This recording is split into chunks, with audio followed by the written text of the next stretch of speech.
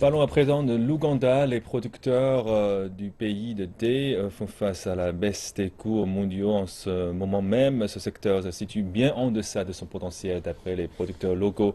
Les stratégies non réglementées sont en partie responsables.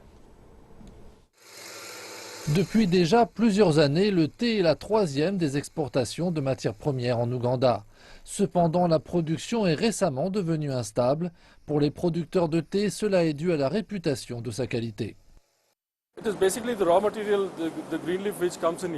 En fait, c'est la feuille de thé vert qui arrive ici. Nous sommes très conscients de la qualité de cette matière première. C'est aussi le cas des petits planteurs. Nous essayons de maintenir une bonne qualité de la feuille pour notre plantation. Même les petits producteurs maintiennent un certain niveau. Si elles ne correspondent pas aux normes, nous ne les acceptons pas. Nous sommes une unité de production qui tient compte de la qualité.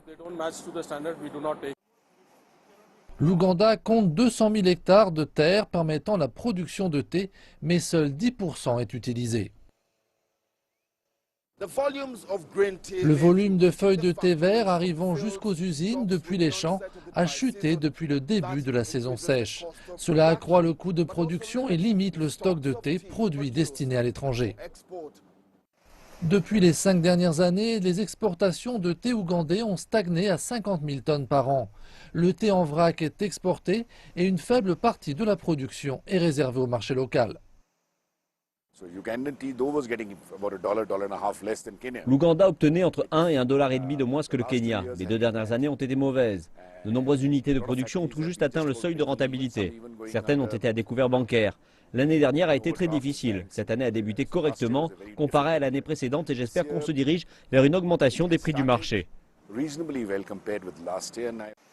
Plus de 18% du thé ougandais provient de petits producteurs. Le reste est produit dans de grandes plantations. Bien que les principaux acteurs du secteur recherchent la stabilité de la qualité et des prix, l'absence d'un cadre de travail de politique adapté est un frein à la transformation.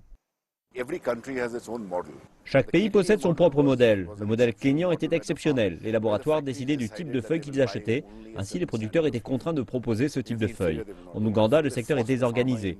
Nombreux sont ceux qui ne se soucient pas de la qualité. C'est devenu une foire d'empoigne. Plutôt que nous assurions la qualité, développions l'image du thé ougandais. Ce n'est pas ce qui se passe. L'Ouganda contribue à 1,3% de la production mondiale de thé. D'après les projections, la production pourrait prochainement dépasser la croissance de la consommation.